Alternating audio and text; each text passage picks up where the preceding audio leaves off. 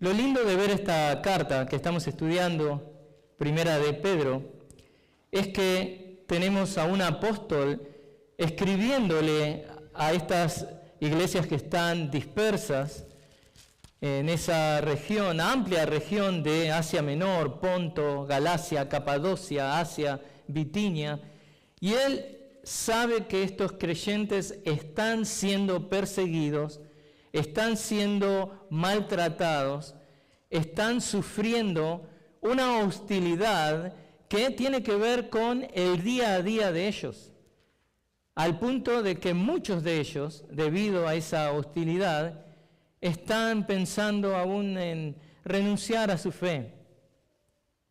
Bueno, el Espíritu Santo inspira al apóstol Pedro y Pedro empieza a escribir esta epístola. Y lo que vamos a ver hoy es la continuación de lo que empezamos a ver la semana pasada.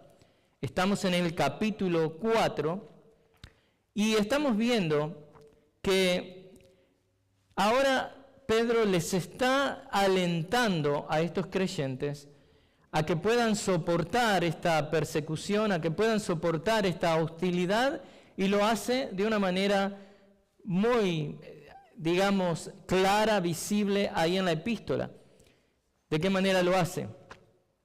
Lo hace apelando al pasado de estos creyentes, diciéndoles que, bueno, para vivir el tiempo que le queda en la carne, ya no para las pasiones humanas, sino para la voluntad de Dios, dice el versículo 2, y en el 3 les dice, porque el tiempo ya pasado les es suficiente para haber hecho lo que le agrada a los gentiles, habiendo andado en sensualidad, lujurias, borracheras, orgías, embriagueces y abominables idolatrías.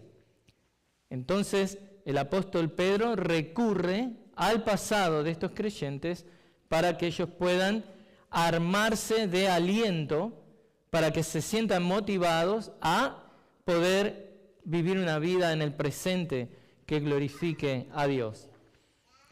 Y luego dijimos que él apela al presente que están viviendo esos creyentes y quiere también alentarlos desde el presente, y es lo que vamos a ver hoy, que es en el versículo 4, Primera de Pedro 4:4. El tema es alentarlos, motivarlos. El nombre del mensaje que tengo para ustedes hoy es: la oposición del presente nos motiva a vivir piadosamente. La oposición del presente nos motiva a vivir piadosamente. Y la semana que viene, si Dios quiere, vamos a estar viendo los versículos 5 y 6, donde el apóstol Pedro alienta a estos creyentes de cosas que vienen en el futuro. Entonces, pasado, presente, que veremos hoy, futuro. La oposición del presente nos motiva a vivir piadosamente. Y esto es lo que vemos hoy. Seguramente su experiencia es muy similar a la mía, es muy similar a la de muchos cristianos, cuando convertidos al Evangelio de Cristo, muchos de aquellos que antes le conocían, hoy por hoy le desconocen. Pero lo que escucha usted de ellos, la mayor parte del tiempo, la mayoría de las veces, son quejas, son comentarios apuntando a ridiculizarle, a humillarle, o a veces recordarle de su pasado para que usted se desaliente y no siga caminando en fidelidad a Cristo. Y es exactamente lo que le estaba pasando a estos cristianos en el primer siglo. Y esa es la razón por la que Pedro escribe este versículo 4. Y esto no es algo nuevo, hermanos. Cuando una persona, cuando un grupo de personas viven la vida de una manera totalmente distinta a lo que es su ambiente, el ambiente que les rodea, siempre va a haber todo tipo de burlas, persecuciones, hostilidades. Al punto tal que en lo que es la literatura universal, la literatura sobre todo de España, hay un gran escritor, Miguel de Cervantes, que en los años 1605 y 1615 escribió dos de sus obras maestras, donde está en un sentido resaltando este mismo tema, este mismo problema de aquellos que son en un sentido puestos a un lado y por la mayoría que les rodea están ahora siendo amenazados o se burlan de ellos. Y es lo que escribe Miguel de Cervantes en lo que es una de las obras más importantes de la literatura española y mundial. Esta novela que él escribe cuenta la historia de un caballero llamado Alonso Quijano, quien se convierte en Don Quijote de la Mancha. Este Don Quijote de la Mancha es un caballero andante que decide salir al mundo para luchar por la justicia, para proteger a los débiles y enfrentar a malhechores. Ahora, ¿cuál fue la razón del cambio de que este Don Quijote de la Mancha ahora piense así? Bueno, la razón era el tipo de literatura que él leía, literatura que hablaba de caballeros heroicos, de rescatar a damas que estaban en apuros, literatura que hablaba de hazañas y batallas, códigos de honor. Esto lo había convertido a Alonso Quijano en un hombre que, de acuerdo al mundo, pierde el juicio y se convierte en Don Quijote de la Mancha y va con su fiel escudero, Sancho Panza, a recorrer el mundo buscando traer justicia al mismo. Y en un sentido, nosotros podemos asociarnos inmediatamente con lo que está narrando Cervantes, porque nosotros también, debido a la literatura que leemos, la palabra de Dios, nuestras mentes ahora han sido transformadas. A través de la palabra de Dios hemos recibido el Evangelio. Hemos llegado a la confesión de nuestros pecados. Hemos llegado a entender que no podemos justificarnos delante de un Dios santo, a no ser que sea poniendo nuestra fe en su Hijo Jesucristo, a quien Él envió a este mundo para morir y pagar por nuestros pecados. Entonces nosotros inmediatamente podemos entender lo que Cervantes está escribiendo ahí, de que este hombre, debido a la literatura que lee, es transformado. Espero, y es mi oración, que cada uno de los que estamos presentes hoy aquí hayan sido transformados por la literatura, por la lectura de la palabra de Dios. Es la única autoridad que tenemos sobre nuestras vidas.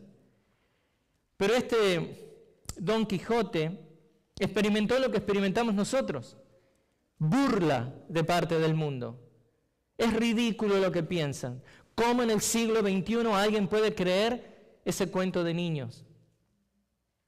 ¿Cómo con el avance tecnológico que tenemos, alguien puede creer y poner su fe en algo que pasó 21 años atrás y que no se sabe si fue verdad? Cosa de que está completamente demostrado históricamente. Pero el punto es que el mundo se burla del cristiano. El mundo se burla de nosotros. En el caso del cuento de esta historia, lo que está pasando es que Don Quijote ahora sale convertido, y en una de sus incursiones, convertido ahora en el personaje que él cree, en una de esas incursiones es como que parece que el hombre pierde el juicio y empieza a luchar contra molinos de viento. Él cree que son gigantes malvados. Y es en el contexto de esta locura que su fiel escudero Sancho Panza le dice a Don Quijote: ladran, Sancho, señal de que avanzamos. Con su maestría literaria, el autor Cervantes refleja la realidad de que las críticas, los murmullos o las quejas de los demás son señal de que se está haciendo algo importante. Los ladridos que describe ahí Sancho Panza son señal de que se está avanzando hacia un objetivo. El ladrido de los perros es un símbolo de ruido innecesario o de oposición, y si se escucha es porque uno está en movimiento y generando atención. Y eso es lo que está comunicando Cervantes a través del personaje Sancho Panza. La frase ladran, Sancho, señal de que avanzamos, refleja una actitud optimista aún en medio de las críticas más despiadadas. Esta magistral frase de la literatura española nos comunica que las críticas son una señal de que se está en el camino correcto, en ese caso. Cervantes magistralmente comunicó lo que Pedro, en un sentido espiritual, está comunicando a sus lectores. Las críticas, las calumnias del mundo hacia los cristianos son una señal de que el cristiano está en el camino correcto. El cristiano está avanzando hacia una meta, aunque las personas que les rodean no comprendan. Cervantes escribió: ladran, Sancho, señal de que avanzamos. Y se refiere a la reacción de la sociedad ante aquellos que siguen un camino distinto al de las normas de esa sociedad. En el caso de los cristianos del primer siglo, estos que están dispersos en Asia Menor, ellos no leen a Cervantes. Ellos leen a Pedro. El apóstol Pedro escribe en el 1 de Pedro 4:4. El apóstol Pedro escribe reflejando, mostrando la reacción de la sociedad ante aquellos que siguen un camino distinto al de las normas sociales.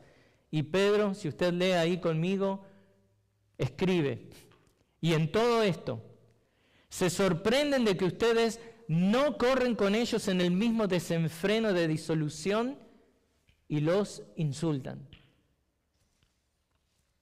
El apóstol Pedro alienta a los cristianos, porque sabe que aceptar y soportar el sufrimiento santificador de una manera que es efectiva, de una manera que es exitosa, requiere de parte de estos cristianos una motivación muy fuerte. Y dado que el apóstol sabe esto, es que nos está presentando en esta sección de su epístola con fuertes motivaciones extraídas de nuestro pasado en el versículo 3, de nuestro presente en el versículo 4 y del futuro, versículo 5. Ahora, ¿cuáles son las fuertes motivaciones del presente con las que nos presenta Pedro ahora? ¿Qué nos dice Pedro que pueden ser las motivaciones presentes de esos cristianos del primer siglo a los que les escribe? Y, por otra parte, ¿qué aprendemos nosotros del aprendizaje de ellos? Hay dos cosas específicas que Pedro destaca del ambiente hostil en el que se encuentran estos creyentes. Y es que esa hostilidad de los inconversos se ve traducida en la sorpresa de ellos y también en los insultos. Lo tienen ahí en el versículo 4. La sorpresa y los insultos. Esas son las maneras en las que estos hombres y mujeres de esta sociedad del primer siglo, que estaban viviendo alrededor de estos cristianos, era la manera en la que reaccionaban a esta nueva vida piadosa de los creyentes. Por eso en el mensaje de hoy veremos que la oposición del presente nos motiva a vivir piadosamente. Esto también es para nosotros. Cuando los que están alrededor nuestro muestran sorpresa por nuestro cambio, o cuando los que están alrededor nuestro muestran también que nos hacen sentir sus insultos, sus maldiciones, esto nos motiva, nos debe motivar a vivir una vida piadosa. Entonces, la proposición que tengo para ustedes es que la oposición presente que recibimos en el mundo de parte de sus criaturas, de las criaturas del mundo, eso debe ser usado como combustible para motivarnos a vivir vidas piadosas que glorifiquen a Dios el Creador. No importa lo que digan las criaturas, importa lo que dice el Creador. Y esto nos va a ayudar a entender que en el futuro, basado en las promesas de este Creador que no miente, en el futuro nos espera un futuro de ¿qué? De solaz, de confort, morando con ese Dios, nuestro Creador y Salvador, por toda la eternidad.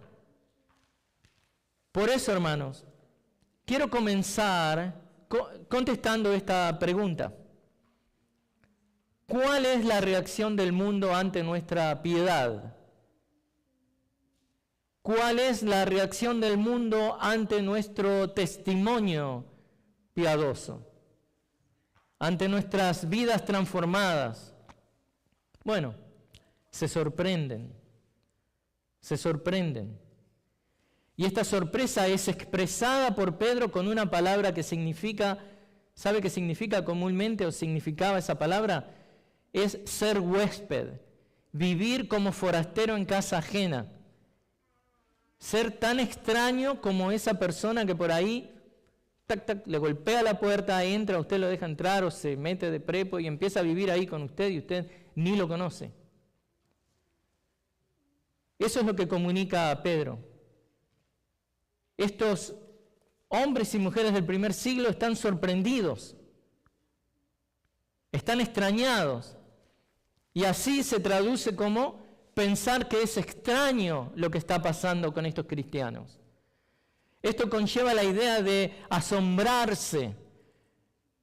Esto conlleva la idea de estar ante algún pensamiento extraño, algo que no entendemos y que no es familiar a nosotros. Así lo vive el mundo. Así se sorprende el mundo. Y es evidente que estos sorprendidos eran gentiles, o sea, no eran judíos, porque es muy improbable que los judíos participaran de una vida social tan corrompida y marcada por el pecado como la que es descrita por el apóstol Pedro. Los gentiles, ahora convertidos al cristianismo, al abstenerse de todas las maldades que caracterizaban su vida social, se pusieron en completa evidencia inmediatamente delante de sus coterráneos. Dejaron de hacer lo que hacían generalmente. Ya no participaban de lo mismo, de las mismas inmundicias, de los mismos, digamos, las mismas costumbres religiosas. Ya no iban a los templos, ya no se prostituían, ya no se emborrachaban.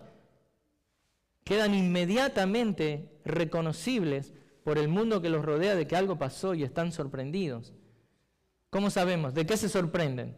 Bueno, de que no corremos con ellos hacia el desenfreno. Estos cristianos del primer siglo ya no corrían con sus coterráneos hacia el mismo desenfreno. Y Pedro expresa eso describiendo una indulgencia desenfrenada, lo peor que usted pueda pensar. La imagen que comunica esta indulgencia desenfrenada, que el mundo dice, estos cristianos ya no están viviendo así. Bueno, ¿saben? La imagen que comunica a Pedro es la de un grupo de personas que corren precipitadamente detrás de algo. Y lo hacen con la intención de sumergirse con otros en la misma corriente de desenfreno. Nadie los para. Esta es la típica de dejarse llevar por la corriente. Esta es la típica imagen de la muchedumbre ignorante marcando el camino a seguir. Y él, que viene ahí, no sabe qué pasa, no sé qué pasa, y bueno, voy igual, todo el mundo no puede estar equivocado. Pero esto trae nefastas consecuencias para el que se une a ese grupo humano que se mueve de una manera bien intencional a hacer lo malo. Esta es la típica conducta adolescente, llena de pasión, pero de poco cerebro. Pedro lo expresa en un participio de tiempo presente. ¿Por qué hace eso y por qué siempre, es importante ver este tipo de cosas gramaticales? Porque Pedro lo hace para poner énfasis en que las dos acciones están tomando lugar simultáneamente. ¿Cuáles son las dos acciones que están tomando lugar simultáneamente? Bueno, o sea, por un lado el abandono de los cristianos de las viejas maneras y costumbres, esos viejos caminos plagados de pecado, eso está tomando lugar en el presente. Y al mismo tiempo, cuando los gentiles, en ese mismo tiempo, es que están observando con asombro de que este grupo de cristianos ya no participa del desenfreno de disolución que los caracterizaba. Las dos cosas están pasando al mismo tiempo. Y esto da una imagen de los paganos mirando en su incredulidad a la continua abstinencia de sus antiguos compañeros, porque recuerden, muchos de los cristianos estaban con ellos antes. Pero ahora están viendo con incredulidad que estos hombres, estas mujeres habían dejado a un lado lo que antes les gustaba.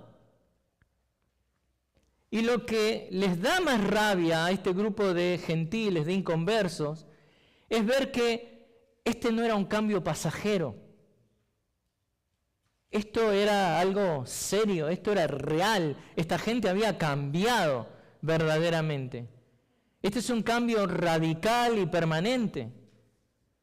Y el mundo se sorprende de que no corremos junto con ellos. Y se enojan, se llenan de resentimiento y de odio. Pero hermanos, la oposición que ellos crean, la oposición del presente que vivimos nos debe motivar a nosotros a vivir una vida piadosa. El mundo se sorprende de que no corremos juntos con ellos, pero el cristiano que es entrenado en la palabra de Dios sabe lo que es bueno. ¿A qué me refiero? Bueno, el cristiano debe estar leyendo constantemente el libro de Proverbios, que es un libro que fue escrito para entrenar a los príncipes de Israel, los que iban a estar gobernando sobre el pueblo. Entonces, el escritor Salomón aconseja a los jóvenes, por ejemplo, en el 1:10, escuchen esto, dice: hijo mío, si los pecadores te quieren seducir, no consientas. Si dicen, ven con nosotros. O sea, esto tiene que estar en la mente informada de todo cristiano. El cristiano debe estar entrenado en la palabra para saber lo que es bueno y resistir cuando es invitado a hacer lo malo. El Proverbio capítulo 1, 15 y 16 dice: hijo mío, no andes en el camino con ellos. Aparta tu pie de su senda, porque sus pies corren hacia el mal y se apresuran a derramar sangre. Así que ahí debemos estar. El mundo sigue el desenfreno de disolución. Y si tomamos ese término que está usando Pedro, en una manera literal significa este desenfreno, ¿saben? Da la idea de hacer surgir algo, de que brote algo. Este es un volcán en erupción. Y créame que cuando un volcán entra en erupción, va a hacer mucho daño. Esta es una metáfora de gran fuerza y vino, por ejemplo, muchos la usaban al observar las aguas que se precipitaban sobre la tierra. Esta es una fuerza bruta que se puede comparar a las torrentes de agua abriéndose paso en una inundación. Esto es lo que estos hombres y mujeres hacen. Es un desenfreno. Nada lo para, nada lo controla. Hace poco en España vimos las tristes imágenes de la Dana, que nos ayuda a entender la fuerza que este desenfreno tiene. Estas aguas no pudieron ser paradas, detenidas, por nada. Pero miren, no solo que los inconversos se quedan con la sorpresa, no solamente que están sorprendidos del cambio de los cristianos, no solo que se maravillan por la causa de la sorpresa, que es de que ya no hacen lo que antes hacían, sino que reaccionan de una manera hostil. Pedro dice que los inconversos insultan a los creyentes. La palabra que el apóstol usa les va a sonar conocida, en griego es blasfemontes. Blasfeman a los cristianos. Hablan mal de los cristianos, maldicen a los cristianos. Toman el carácter de los cristianos y lo destruyen. Claramente este término que Pedro usa para manifestar el enojo y la hostilidad de estos inconversos es una palabra que habla de que estamos siendo blasfemados. Ahora, la pregunta natural es si los que, digamos, están siendo blasfemados son solamente los cristianos o si esta blasfemia también incluye a Dios. Y bueno, dado que los inconversos resentían amargamente la pureza de los creyentes, que esta pureza, recuerden, la pureza suya, en un sentido, aunque usted no hable una palabra, está acusando al pecador. Entonces, por lo tanto, en este caso, si eso fuera así, que los inconversos están solamente fijándose y poniendo su atención en los cristianos, bueno, solamente los cristianos serían los receptores de esa difamación. Pero en un sentido también podría ser que lo que Pedro dice también abarca a Dios. Yo me inclino por eso, con que esta blasfemia de los inconversos es dirigida a los cristianos, pero también al causante de la transformación de esos cristianos. Pero esto es algo trágico que una vez más demuestra que el mundo y aquel inconverso, por más que hable de cosas religiosas, no conoce a Dios. La única manera de que nosotros podemos conocer a Dios es cuando Dios, en su misericordia, abre nuestros ojos espirituales, nos resucita de nuestra muerte espiritual para mostrarnos nuestro pecado, para hacernos sentir y ver claramente de que merecíamos un eterno estar en el infierno pagando por las consecuencias de ese pecado. Y luego que entendemos eso, también vemos a Cristo, el único que puede darnos la salvación. Entonces ponemos nuestra fe en Cristo. Ponemos nuestra confianza en que Él no solamente nos perdona nuestros pecados, nos salva, pero también nos va a mantener hasta llevarnos a la gloria. Entonces, hermanos, estos hombres y mujeres que tenían muchos dioses, con D minúscula, no conocían al Dios verdadero. Y ahora se sienten atacados en su conciencia por este grupo de cristianos que viven vidas piadosas. Son pequeños Cristos. Entonces, quiero que tengan eso en mente, porque ahora por el resto del mensaje quiero hacerle preguntas que van a ser muy personales. Entonces necesito su atención. La primera pregunta es si está usted experimentando este rechazo de parte del mundo. ¿O es usted un amigo del mundo? ¿Se lleva tan bien con el mundo? Porque no hay cambio, no hay diferencia en usted. No hay nada de Cristo en usted que lo haga ser enemigo del mundo. ¿Está usted experimentando este rechazo de parte del mundo, dado que es un cristiano? Dado que usted vive gobernado por parámetros celestiales, ¿se aprecia una diferencia en la manera en la que usted vive su vida y a cómo la viven los inconversos? ¿Se puede ver la diferencia entre usted, un cristiano, y un inconverso? ¿O no hay diferencia? En la ilustración que les presenté acerca de Don Quijote, la frase ladran Sancho, señal de que avanzamos, se refiere a que las críticas o los ladridos de aquellos que no entienden o no aprueban el camino del protagonista son una señal bien visible de que él está en el camino correcto. Don Quijote avanzaba hacia su ideal de caballería, a pesar de que la sociedad lo veía como un loco. Y en el caso de 1 de Pedro 4:4, los cristianos reciben los ladridos de un mundo que los resiente por su piedad.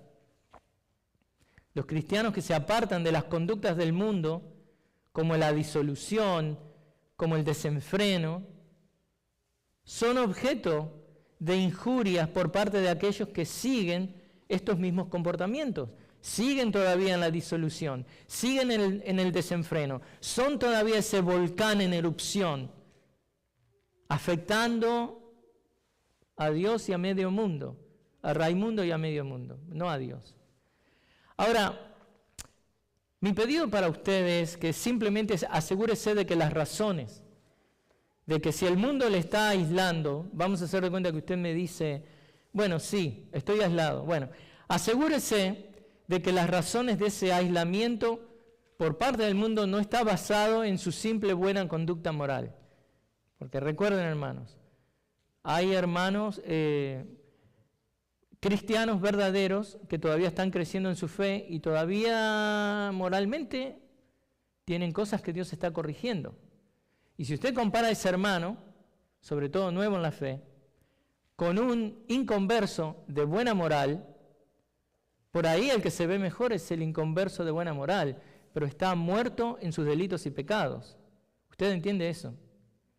Entonces, lo que como cristianos debemos tratar es de que nuestra, digamos, diferencia, el hecho de ser aislados por el mundo, no sea porque simplemente nos ven como, oh no, esta es una persona intachable, de conducta moral intachable. Porque créame que hay varios inconversos que entran en esa categoría también. Son rechazados por su conducta moral, no apoyan el aborto, no apoyan el matrimonio homosexual, no son infieles a sus esposas, no se emborrachan, hacen un montón de buenas obras. Hay muchos inconversos que viven aún mejor que algunos cristianos. Pero el punto que estoy haciendo acá es que usted se tiene que asegurar que si el mundo le está poniendo a un lado y aislando, no es porque usted simplemente tiene buena moral, sino porque usted tiene el mensaje de salvación de Cristo, porque usted es una epístola viviente, porque usted puede comunicar el evangelio de salvación de Cristo que dice que es por fe y no es por obras. Y usted es odiado y apartado por eso. Porque el hombre que quiere justificarse delante de Dios a través de sus propias obras, encuentra en usted una piedra en el zapato. Asegúrese que las razones por las que el mundo le condena al ostracismo no es porque usted es un legalista barato. Hermano, hermana, asegúrese de que dado que la oposición del presente es real, la crítica que recibe del mundo, esa crítica externa es vista como una señal de que usted está caminando por un camino diferente. Esa crítica, ese odio, esa blasfemia del mundo hacia usted y hacia Dios es basado en que usted vive una vida fiel a los principios cristianos, no a su propia moralidad. Lo que Pedro describe en este versículo que estamos viendo, el 4:4, es mucho más que un rechazo o una crítica por la diferencia entre cristianos e inconversos. Lo que se ve aquí es el odio latente del mundo hacia las nuevas criaturas que Dios ha traído a este mundo. Si usted, conforme dice 2 Corintios 5:17, es una nueva criatura, Dios ha traído una nueva criatura al mundo y el mundo desconoce esa criatura. Porque usted es de su Padre Celestial, usted no es de su padre el diablo. Entonces, hermanos, es ese odio que eleva el nivel de hostilidad y perseguimiento que experimentamos. Ahora, lo que todo cristiano debería ver es que Pedro apunta a algo que es vital para el triunfo del cristiano sobre el hostigamiento que está recibiendo. Lo que todo cristiano debe ver es que las críticas, los ataques personales, las persecuciones y todo lo que el inconverso traiga sobre el creyente, esto debe ser tomado como algo positivo.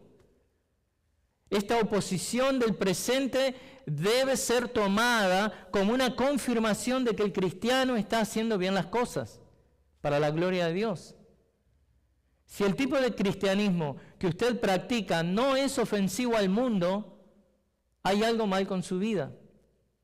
No importa cuán bueno usted sea con los vecinos. Si el tipo de cristianismo que usted practica no es ofensivo al mundo, hay algo mal en su vida. Nosotros debemos ser Quijotes espirituales, en el sentido de que experimentemos las críticas y los ataques como una reafirmación de nuestro caminar con Cristo. Pablo puede dar testimonio de eso. El apóstol Pablo, junto con Pedro, puede dar testimonio de eso. Pablo, el gran Quijote espiritual, pudo muchas veces decir, ladran Sancho, señal de que avanzamos. Miren esto. Pablo puede dar testimonio de azotes, palizas, golpes con varas, piedras y más. Así lo trataba el mundo a Pablo. Y no digo que a usted le va a pasar lo mismo. Pero a Pablo le hicieron sentir disconformidad, el mundo le hizo sentir disconformidad por el compromiso de Pablo con el Evangelio de Cristo. En 2 Corintios 11:24 Pablo dice, 5 veces he recibido de los judíos 39 azotes. Y saben que los azotes el máximo eran 40 y en misericordia les daban 39. Les destrozaban la espalda. Lucas narra en Hechos 16:22, los magistrados superiores, rasgándole sus ropas, ordenaron que los azotaran con varas. ¿Quiere ver cómo trataba el mundo a Pablo? Hechos 16:22. Y usted pensará que el mundo estaba conforme y saciado con esto. Les dimos una buena paliza. Pero Hechos 14:19 nos cuenta que el odio del mundo hacia Pablo llegó al punto de la muerte. Ellos lo querían muerto. Los judíos de Antioquía y de Iconio, habiendo persuadido a la multitud, apedrearon a Pablo y lo arrastraron fuera de la ciudad pensando que estaba muerto. Pero hermanos, el punto que estoy haciendo aquí es que el mundo es hostil contra aquellos que sirven a Dios. Pablo, arrestado varias veces, pasó tiempo en prisión, bajo arresto en Roma, sufrió persecuciones y amenazas de muerte, rechazo, traiciones, maldiciones, calumnias. Si habrá sabido Pablo acerca del alto precio que tenía que pagar por ser fiel a Dios. Y como le digo, esta no va a ser su experiencia. Solamente va a ser su experiencia si Dios así lo permite. Y si Dios así lo permite, Dios le va a dar la fuerza para pasar por esto. Pero lo que tenemos que aprender de esto es el alto precio que un cristiano tiene que estar decidido a pagar para serle fiel a Dios. Pero la oposición, evidentemente, a Pablo lo motivaba aún más para vivir piadosamente. Y como dice Pedro, volviendo a Pedro, el mundo se sorprende porque ahora los cristianos no corren con ellos en el mismo desenfreno y ahora los insultan. Y debemos enfrentar esa realidad, hermanos. La oposición del tiempo presente nos debe motivar a vivir piadosamente. No debemos esperar ni buscar la aprobación del mundo. Esa no es la ruta normal por la que viajan los creyentes. Si usted cree que el camino al cielo, como le dije en una de las predicaciones anteriores, va a estar, digamos, lleno de pétalos de rosas, con pajaritos cantándoles, ¡qué vida linda! ¡Sigue adelante! No. ¿Qué es lo que dijimos? Generalmente van a estar las espinas de las rosas y chacales cantando, no veo la hora que te mueras, te quiero comer, quiero lo peor, quiero destrucción para ti. Y bueno, debemos enfrentar esa realidad, hermanos. La oposición del tiempo presente debe ayudarnos a vivir piadosamente. Por eso no debemos buscar la aprobación del mundo. Esa no es la ruta normal en la que usted y yo vamos a viajar. Nosotros no viajamos por el camino ancho. Los creyentes de todas las generaciones siempre han transitado por el camino angosto, el camino pedregoso, el camino que es difícil.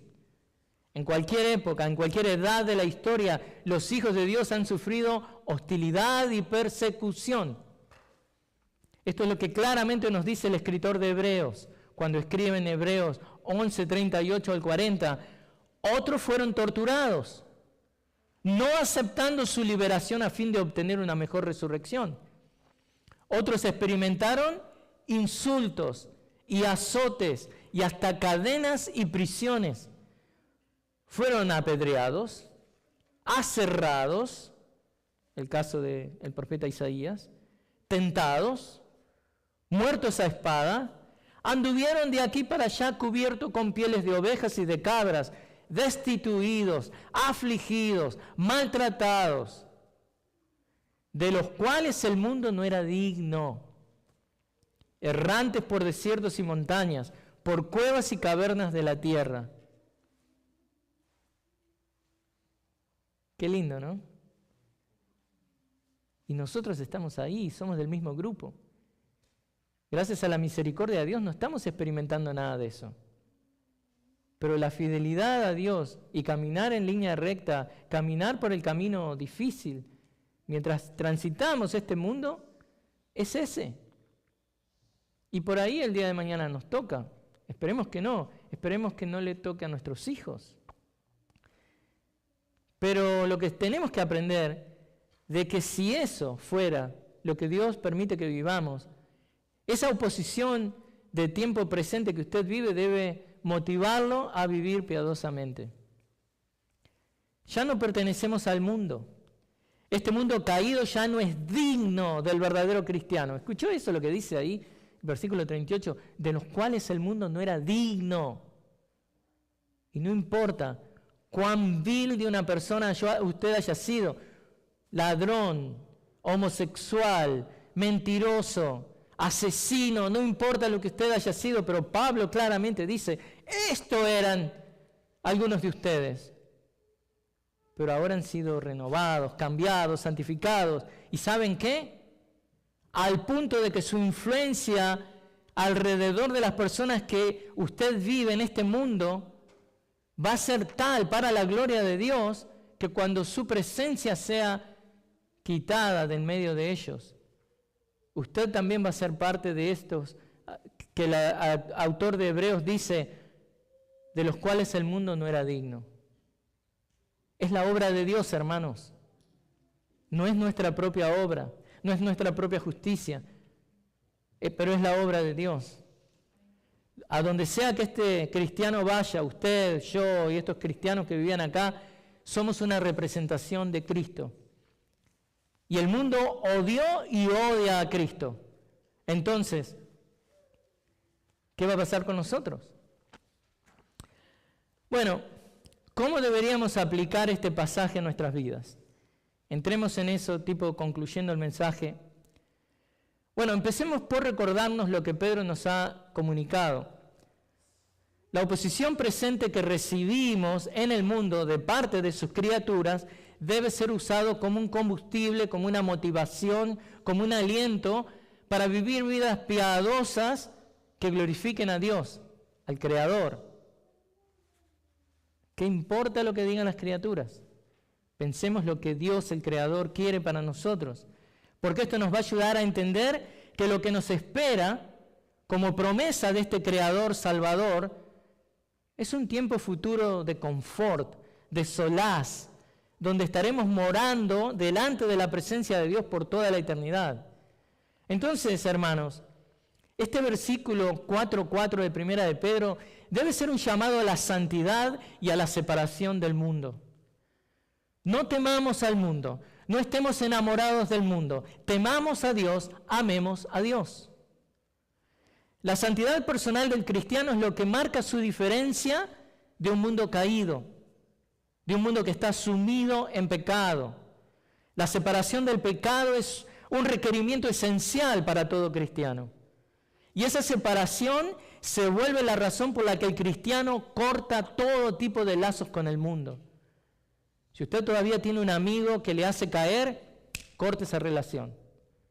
Es por el bien de él también, Si usted tiene, no sé, un novio, una novia que no es cristiana, corte esa relación. Se lo digo así. Crezca en Cristo. Dios ya le va a proveer la persona correcta que usted tiene que tener. El corte de lazos con el mundo es lo que provoca la animosidad, el odio, la persecución que estos inconversos manifiestan hacia los cristianos. Lo entendemos. Pero dado que los cristianos, estos cristianos del primer siglo y nosotros, ellos habían y nosotros hemos dejado este desenfreno de disolución, eso, hermanos, es la muestra inequívoca de que ha habido un cambio, una transformación en nosotros, de que hemos dejado atrás una vida pecaminosa, una vida de desobediencia a Dios. Y Pedro les alienta en este versículo a que se motiven con la oposición que están experimentando en tiempo presente, porque eso prueba que son cristianos fieles quienes están viviendo de una manera radicalmente opuesta a las costumbres mundanas. Por eso, dado que los cristianos son llamados a la santidad, debemos evitar participar en las costumbres y morales de la sociedad secular en la que vivimos, incluso cuando esas conductas sean vistas como normales o deseables. Porque que todo el mundo haga lo mismo no quiere decir que eso está justificado. La vida cristiana, por tanto, no debe conformarse a las expectativas del mundo. Entonces, si el mundo dice, oh, conocí a María y ahora me voy a ir a vivir con María, oh, casamiento, ¿para qué? Eso es de antes. No, eso viola el claro mandato de Dios. Vivir en concubinato. No, tiene que haber un casamiento, un reconocimiento público de parte de Dios en primer lugar y de la iglesia, los testigos que van a estar ahí.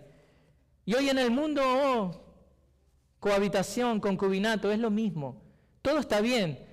Nadie lo va a hacer sentir culpable por eso. Pero nosotros los cristianos no vivimos así. Y si usted conoce a algún amigo cristiano que está viviendo así, llámelo al arrepentimiento.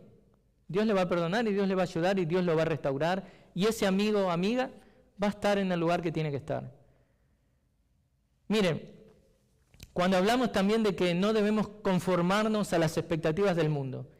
No hace mucho tiempo, un pastor muy conocido, de una intachable reputación, de una sana doctrina que nadie niega, fue reprendido públicamente por otros ministros protestantes evangélicos porque aconsejó a una abuelita cristiana que asistiera a la boda de su nieto con una persona transexual.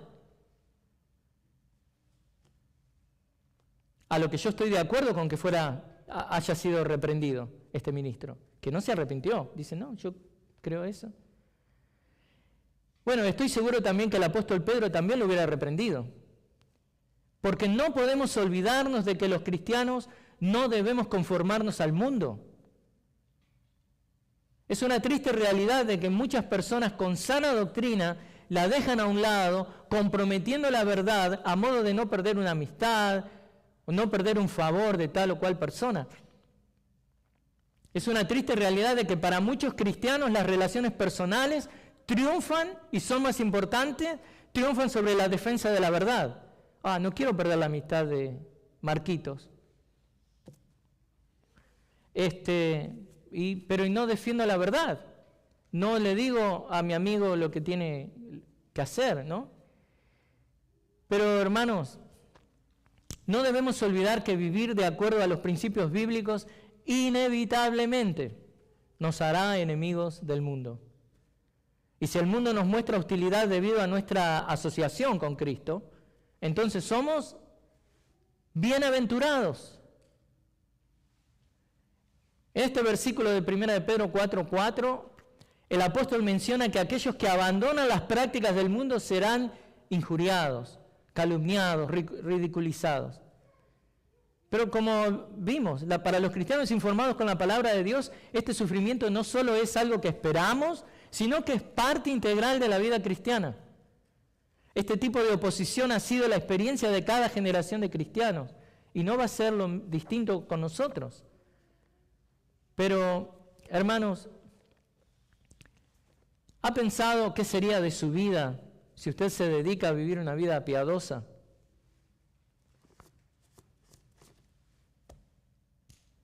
¿Cree que perdería amigos en la iglesia misma? ¿Qué pasaría si usted se toma en serio su caminar para el Señor? La realidad es que los cristianos debemos estar preparados para enfrentar el rechazo social y la burla debido a nuestro compromiso con la vida santa. Y eso a veces incluye también en la iglesia. Es demasiado santo. No dice, no se ríe de chistes tontos. Para el cristiano esta oposición del mundo, este sufrimiento debe ser una señal de que estamos transitando por el camino correcto. La oposición también debe ser un medio de identificación con Cristo, quien también sufrió por la fe. Pero otra cosa que este versículo nos ayuda a ver es que debemos estar en alerta y en guardia.